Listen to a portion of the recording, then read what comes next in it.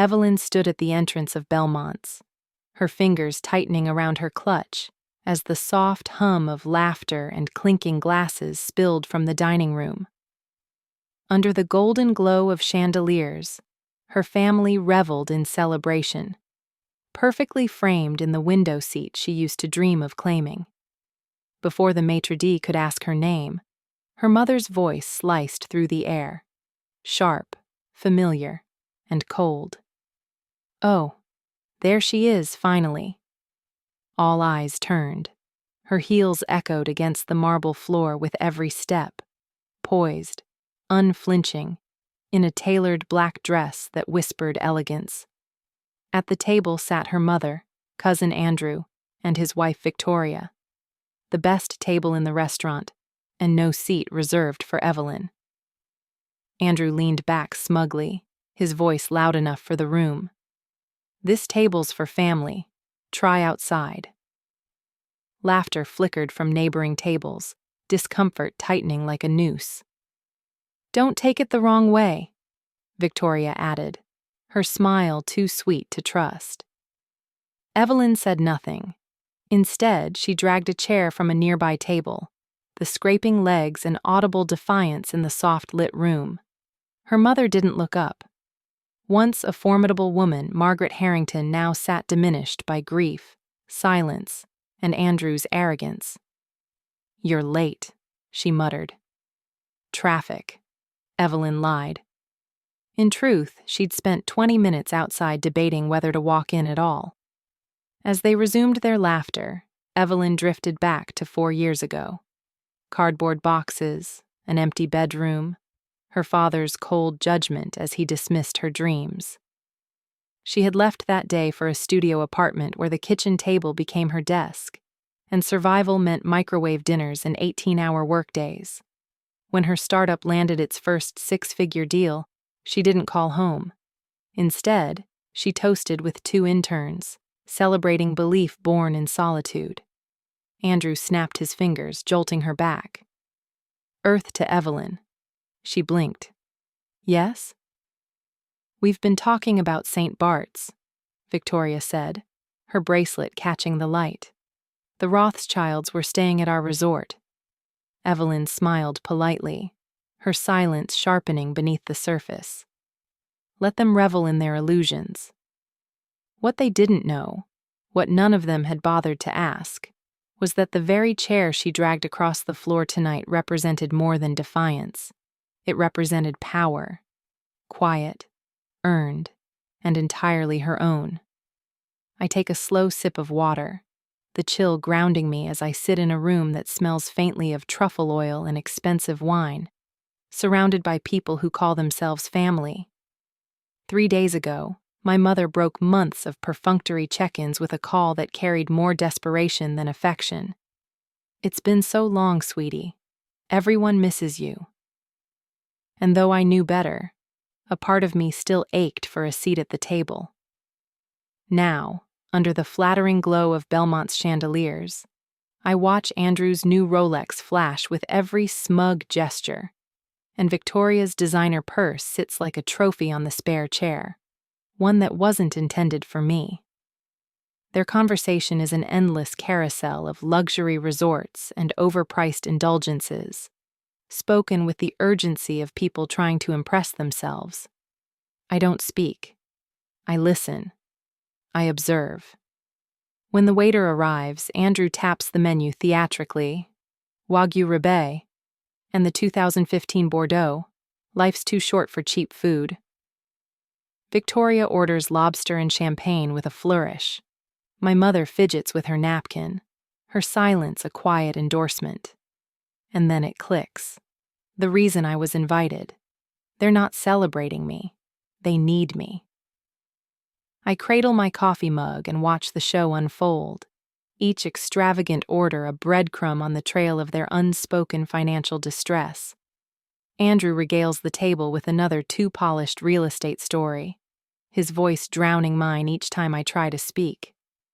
"Nobody cares about work talk at dinner," he says, dismissing the fact that I'm now leading a multinational expansion.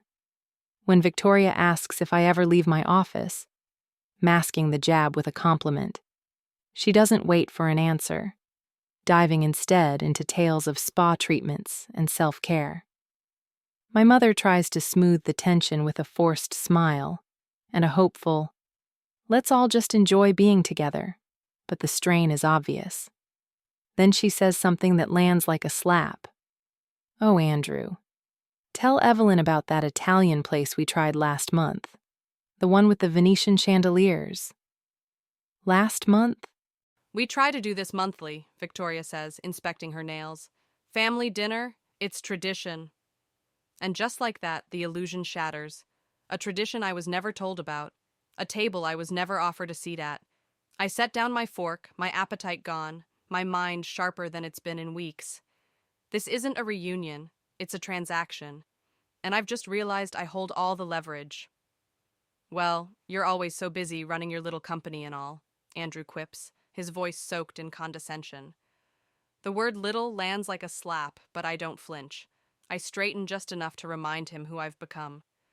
Not too busy for family, if I'm invited, I reply coolly. My mother's eyes dart, searching for a lifeline in the rising tension. More wine, anyone? She offers, her voice brittle. Andrew pounces on the deflection. Speaking of business. He leans in, his Rolex flashing under the chandelier like a signal. The market's been brutal. 3 deals fell through last week. His gaze locks onto mine.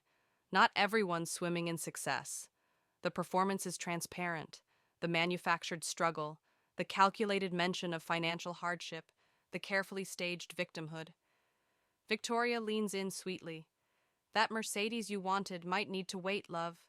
She turns to me, faux sympathy in her eyes. I've been looking for a car too. Everything's just so expensive, even the base models. My mother nods, adding, Evelyn's been so blessed financially. Her business really took off. And there it is, the truth beneath the pretense. This dinner wasn't about reconnecting. It was about access. Access to my success. To my money. The restaurant, the over-the-top orders, the veiled complaints about tough times. It's all a carefully curated stage. I wasn't invited to dinner. My wallet was. Right on cue, the waiter arrives, the check in hand. He doesn't hesitate. The leather-bound folder lands in front of me with a subtle thud. I don't reach for it. The silence is dense with expectation. We don't buy, Andrew says with mock generosity, leaning back smugly. Thanks for dinner, Evelyn. You don't mind, right? We figured, with how well you're doing. My phone buzzes softly in my purse. A text from Naomi. Singapore deal confirmed. Celebration tonight. Come when you can. A flicker of warmth ignites in my chest. I picture Naomi, my partner and friend, who once stayed up until 3 a.m. perfecting our first proposal. Daniel, who brought me soup when I worked through the flu. Lauren, who left a top-tier firm to help build our vision. My real family, earned through trust, built with effort, and bound by mutual respect. The contrast is blinding. I lift the check slowly, letting the silence stretch. Relief washes over their faces like a tide. My mother visibly exhales. Andrew's smirk returns. Victoria shifts, already preparing her next story. I place the bill, not in my purse, but directly in front of Andrew. My voice is calm, but unyielding. I'm not your personal ATM. The words land like thunder. Andrew's face turns crimson. Victoria blinks, stunned. My mother starts to speak, but I hold her gaze.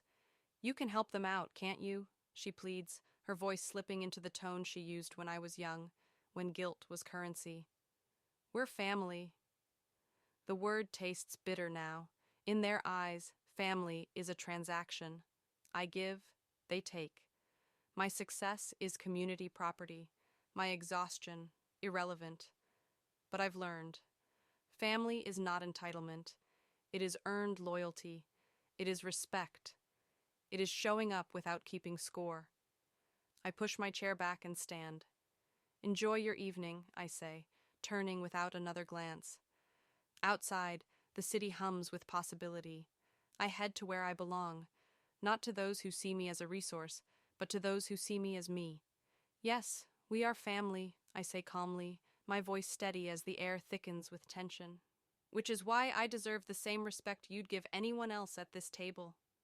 The tremble starts in Andrew's hands, subtle at first, a twitch, a shake, as my refusal sinks in like ice cracking beneath thin pride. $2,000 of gluttonous entitlement now teeters between us, bound in leather and assumptions. I rise, not with drama, but with the poise of a woman reclaiming her worth one quiet step at a time. The table shifts uneasily. Have you ever had to stand your ground against family who see your success as their entitlement? The kind who mistake love for leverage?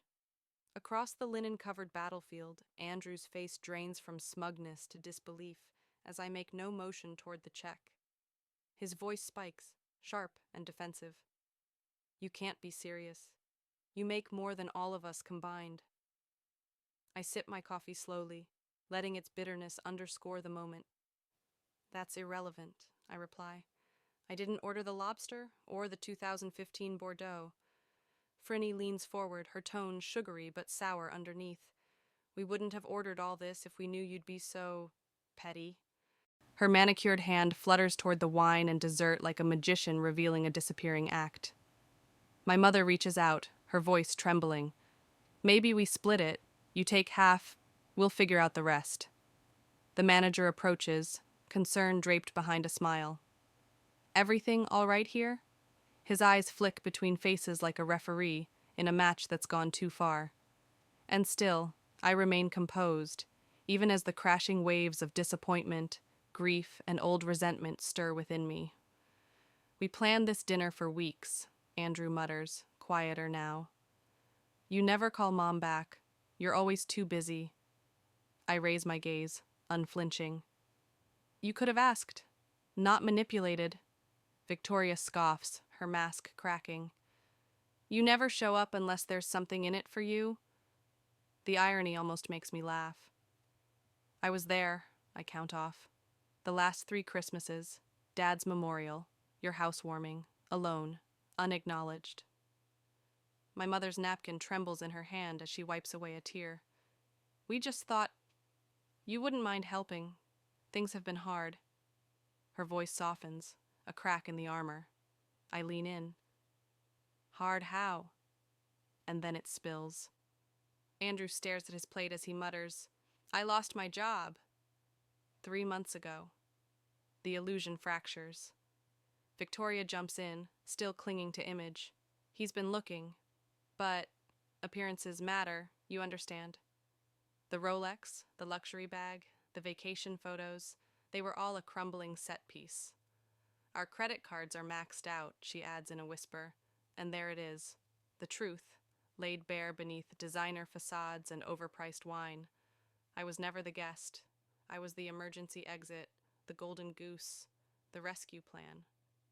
I flash back to 8th grade, building that solar energy project alone, wiring it with scraps, winning first place without applause from home.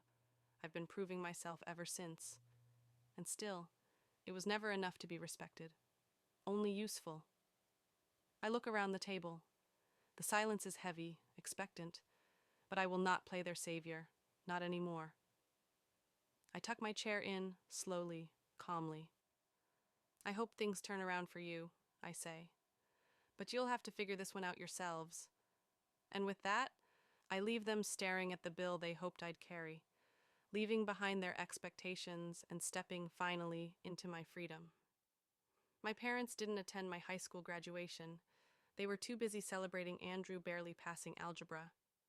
When I delivered my valedictorian speech, they clapped politely before gushing over my cousin's acceptance to a state college with a C average.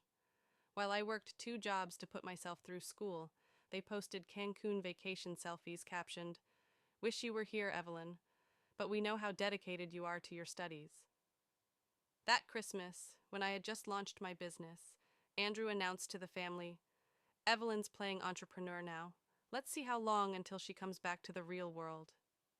At every family gathering, I showed up alone, too busy building a company to date while their +1s were welcomed like royalty. Anytime I mentioned success, the air changed. My victories were met with silence or swiftly redirected to someone else's minor milestone. "Remember Thanksgiving 2 years ago?" I ask, voice low but steady. Andrew squints, confused. "I'd just landed the Westfield account. It doubled our revenue. When I brought it up, you told me, and I quote, 'Nobody wants to hear about your little company at dinner?' It was a joke," he mutters, eyes sliding away. "And at Mom's 4th of July barbecue last year," I continue, "I mentioned we opened a downtown office. You scoffed and changed the subject to Victoria's new car." My mother fidgets with her napkin, still unable to meet my gaze. She never once defended me. But now that my little company makes headlines and headlines make money, they suddenly remember I exist. I tap the bill, $2,200 of lobster, Bordeaux, and Wagyu, and say quietly, "Interesting timing." The manager returns, professionalism veiling urgency. "Apologies for the interruption, but we do have other guests waiting. We'll need to resolve the bill soon." Andrew scowls, temper rising. "Fine, just pay half then." Victoria is typing furiously on her phone, panic blooming. "No one's responding," she hisses. Andrew rifles through his wallet, membership card, driver's license, one sad $20 bill. My mother opens her purse with trembling fingers, pulling out a checkbook so pristine it practically creaks. "Evelyn, please," she whispers. "Just this once." I stare at her, thinking of all the just this once favors I've granted. Every exception that slowly became expectation. I shake my head. "You ordered it, you pay for it." I set down a $10 bill. "4 for my coffee, 6 for the server who has to witness this circus." Andrew grips the edge of the table, face red with fury. "You'd really let your own mother be humiliated in public?" "No," I reply, my voice calm but razor sharp. But I'll let adults deal with the consequences of their choices. I glance at the leather folder again. $2,000 and change. The cost of their plan, neatly divided by entitlement. "What price would you put on self-respect?" I ask softly. "Because I've made peace with mine." Andrew leans in, the stink of expensive bourbon on his breath. "You'll regret embarrassing us like this." I stand, adjusting my coat, meeting his glare with a levelness that shakes him more than shouting ever could.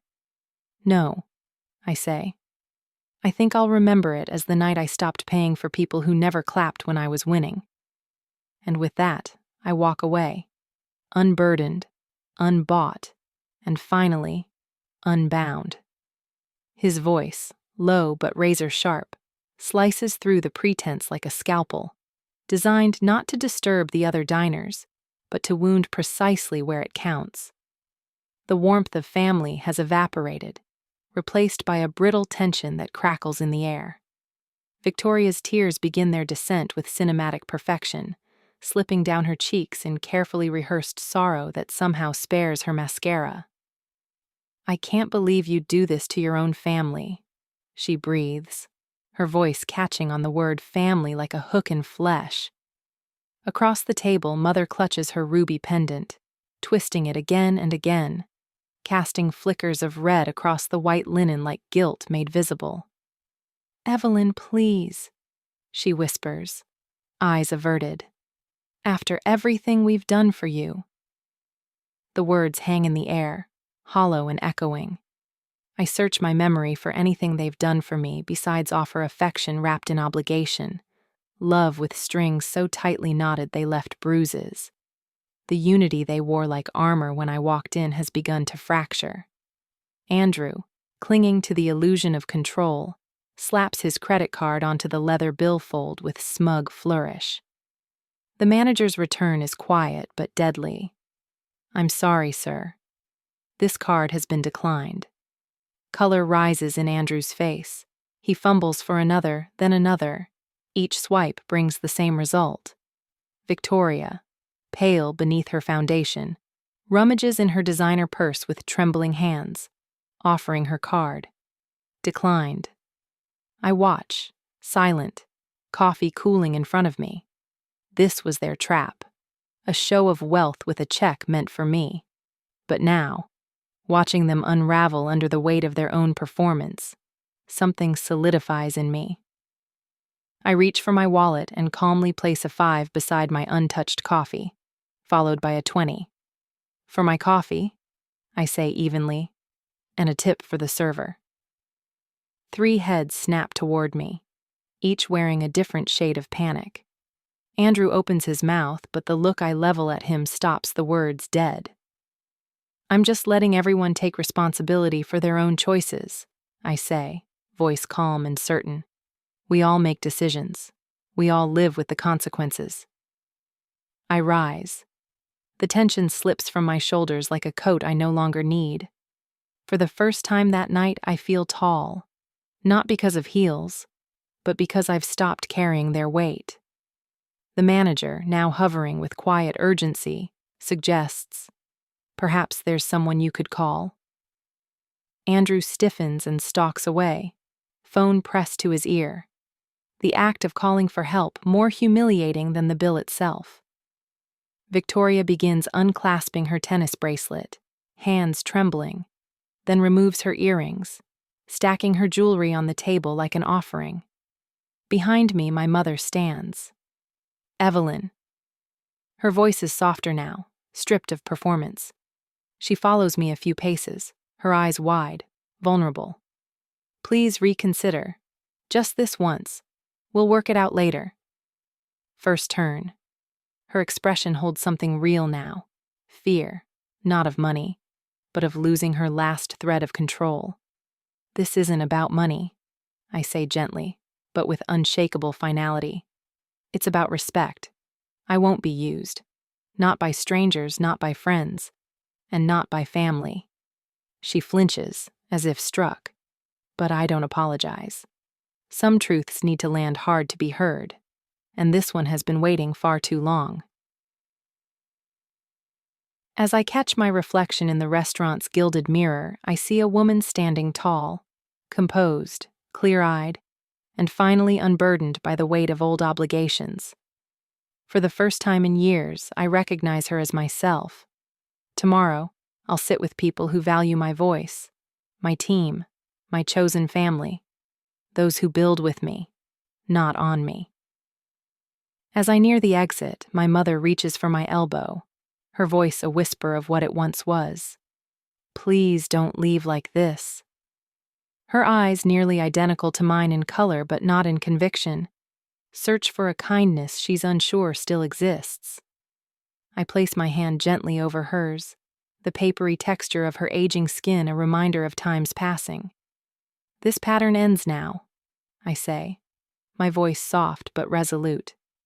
We can talk, just you and me, when you're ready for new rules. Respect, honesty, no more manipulation. She nods, barely, her silence an unspoken agreement. Call me when you're ready, I add, squeezing her hand once before walking through the heavy glass door of Belmont's and into the crisp night air. Behind me, the drama continues, but I no longer belong to it. The door stays open, both literally and metaphorically, but only those who meet me on equal ground will be welcome again. My heels strike the pavement with steady finality, each step away from that table a reclamation of freedom.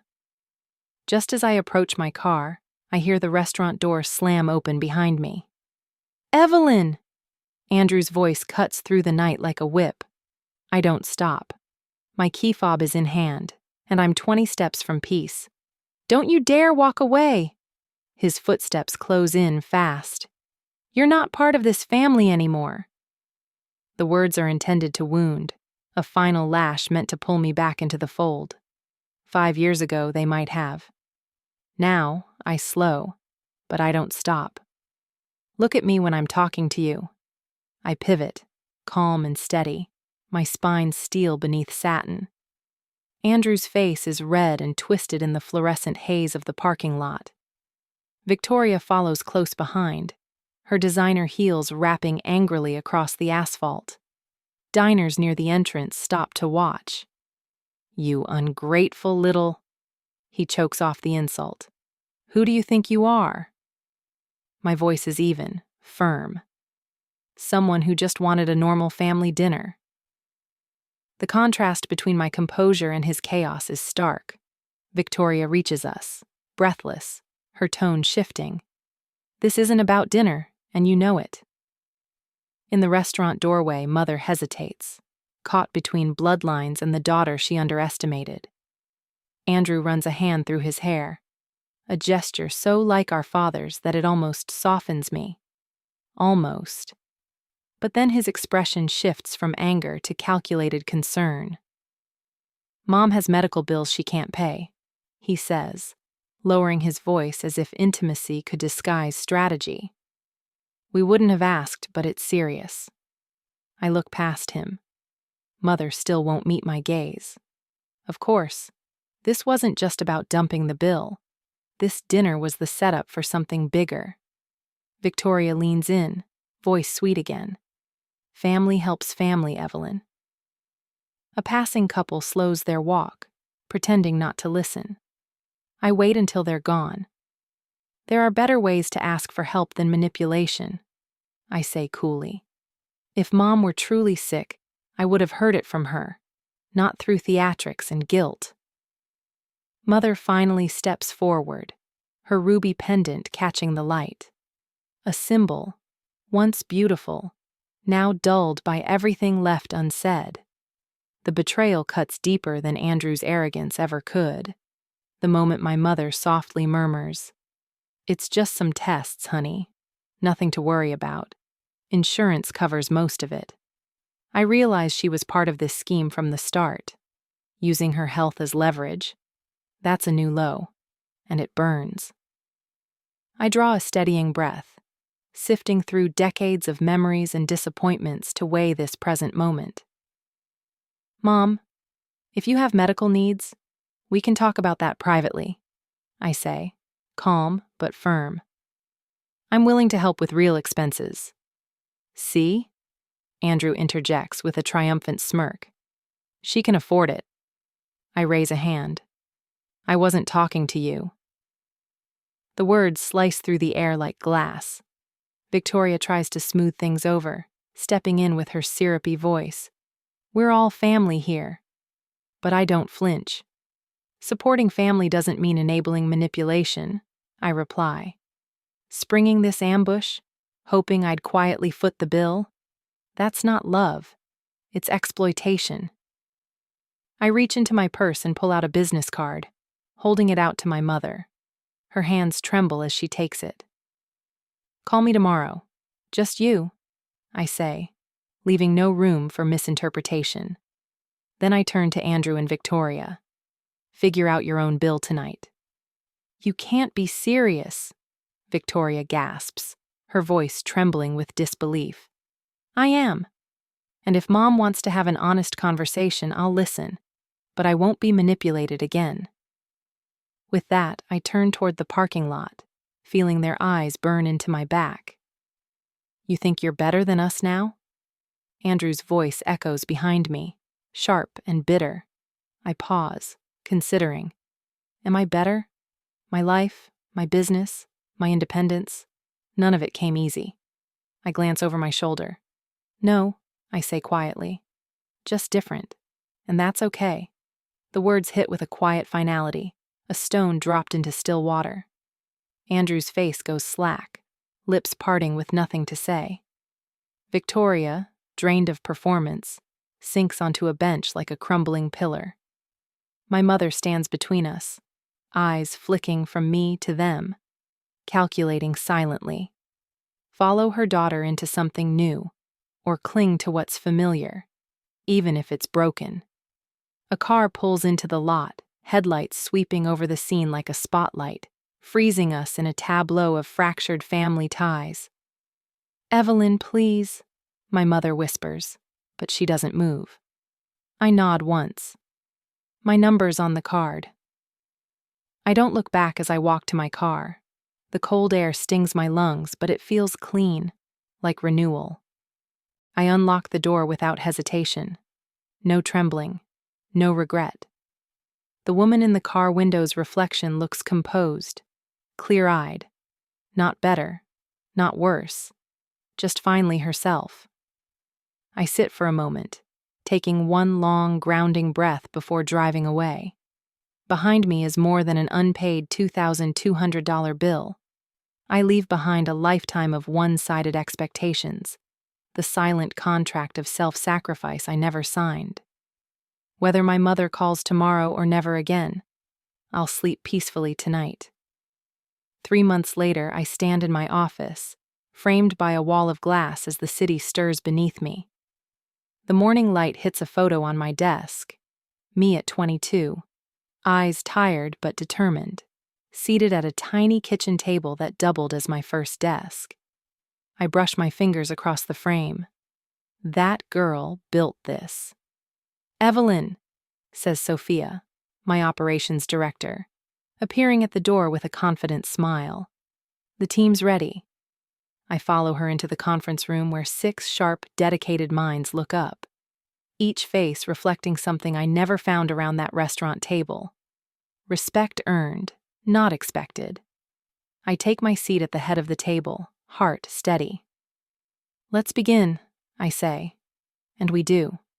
No voices compete, no ideas are dismissed, just a quiet rhythm of collaboration, a harmony built not of hierarchy but mutual respect.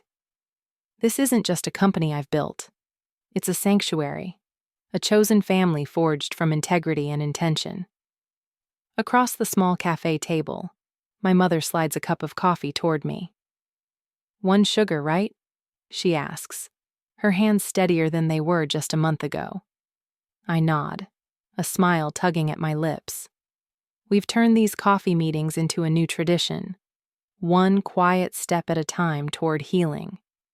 "The bookstore hired me full-time," she says, a note of pride slipping into her voice. "The manager liked how I reorganized the history section." "That's great, Mom," I say, and I mean it. She hesitates, then adds, "I've been meaning to thank you for not giving up on me that night." The memory of that explosive dinner at Belmont's flickers in my mind. So loud then, now just a faint echo. "I'm learning too," I reply, "learning where to invest my energy." Last week she came to my birthday dinner, not at a high-end restaurant but in Julia's backyard. Strings of soft lights danced over the patio as Julia, my friend since college, served homemade lasagna, and Mom brought her famous brownies. She fit in effortlessly, laughing at Matthew's awful jokes, listening intently as Olivia recounted the scrappy early days of our startup. For the first time, she wasn't cloaked in Andrew and Victoria's shadows. She was simply herself. On a quiet Sunday walk through the park, she mentions almost offhandedly, "Andrew took a job in Hartford. Something in sales. Smaller salary, but he seems lighter?" I nod, unsurprised. We've maintained distance, but I hear things through her. Victoria's Instagram feed has shifted from designer brands and luxury escapes to snapshots of home-cooked meals and local hiking trails. Their fall wasn't graceful, but maybe it was necessary. "He asked about you," Mom says, tentative. "When he's ready for an honest conversation, he knows where to find me." I answer simply. I've let go of the urge to control the timeline. Some relationships heal, some don't. Both outcomes are valid. That evening, garlic and rosemary fill my kitchen as friends wander in and out. Their comfort in my space and affirmation of what we've built. Mom places her rolls in a basket, part of the gathering, no longer a guest who arrives with expectation, but one who contributes with love. "Wine's open," Julia calls out, raising a glass. We gather around my warm, well-worn cherrywood table, not the polished mahogany Andrew would have insisted on, but a table marked with laughter, spilled wine, brainstorming sessions, and late-night tears. It holds stories, not status. As the room hums with layered conversation, I see it clearly. This is what family looks like. Not a network of expectations, but a community of choice. Here, I am not a resource to be tapped, but a person fully seen, flaws and strengths alike. Later, as Mom and I walk along the shoreline near my apartment, the sky blazes gold and crimson. When she stumbles on a rocky patch, I offer my arm, steady and unthinking. "I'm glad we found our way back to each other," she says softly. I help her forward, not dragging, not leading, simply supporting. "Family isn't who you're born to," I say, watching the waves roll in. "It's who you choose to become together." The wind rustled gently through the reeds by the shore, carrying the scent of salt and the promise of a new season. My mother and I walked in unhurried silence, our shadows stretching side by side across the sand. Each step we took seemed to erase a little more of the distance that had once lived between us. Not just physical miles, but years of unsaid things, misaligned expectations, and roles none of us ever truly agreed to play. Now, those old roles were falling away like dead leaves, and something new was taking root in their place. "I still think about that night," Mom said quietly, her eyes scanning the horizon. "Belmont's." I glanced at her, but she wasn't looking at me. "So do I admitted, but not with regret. She nodded slowly. "I understand now why you did what you did. Back then, I was afraid of change, afraid of what it meant if you stopped being the one we could lean on." "That's just it, Mom," I said gently. "I never stopped being someone people could lean on. I just stopped being someone they could use." She stopped walking then, turning to me fully. Her face, lined with time but softened by humility, held something raw and real. "I'm sorry, Evelyn, truly, for the dinners you weren't invited to, for the silence when you should have been celebrated, for letting them treat you like a second thought." Her voice broke slightly. "You deserved so much more." I felt the sting of unshed tears in my eyes, but I didn't let them fall. Not this time. Not out of pain. "I know. But I'm not waiting for that validation anymore. I've already built a life that proves I deserved it all along."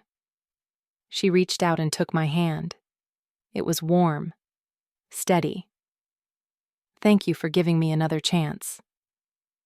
We walked on, hand in hand, the tide slowly creeping in around our ankles, and I realized in that moment, this was the real ending to that dinner at Belmont's.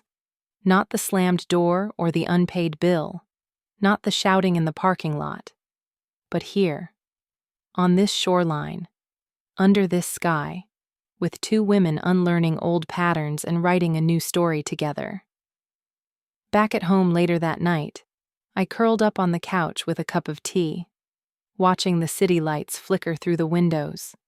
My home hummed with quiet energy, the kind that doesn't shout, but speaks in the language of safety and peace, the kind of energy you create when your life is no longer dictated by obligation, but by intention. On the bookshelf nearby sat the framed photo of me at 22, hunched over a secondhand laptop at a makeshift kitchen table desk, eyes tired, spirit stubborn. That girl had no idea how hard it would be. She also had no idea just how much she'd grow. My phone buzzed. "Naomi. Team's asking when you're coming in tomorrow. Sophia brought donuts. They're threatening mutiny if you don't claim one by noon." I smiled, my thumb hovering over the reply. "Me. Tell them I'll be in early. Save me a chocolate glazed. The kind with the sprinkles." Setting the phone down, I sank deeper into the cushions. My life wasn't perfect. There were still hard conversations ahead, still wounds that might not fully close. But I no longer lived in waiting rooms of other people's approval. I no longer measured my worth by how many fires I could quietly extinguish for those who never noticed the smoke. I had built something real, a business that thrived on trust and vision, friendships that felt like home, a relationship with my mother built not on guilt, but growth. And most of all, I had reclaimed myself, not as the family's background character, but as the main story. Tomorrow, I would walk into my office with my head high and my heart light, not because I had something to prove, but because I had already proven the most important thing of all, that I could choose myself, and the world wouldn't fall apart. It would finally come together. And in the quiet of that realization, I felt something rare and extraordinary. Peace. The kind you earn. The kind no one can take away. The kind that says, you made it, and you're never going back.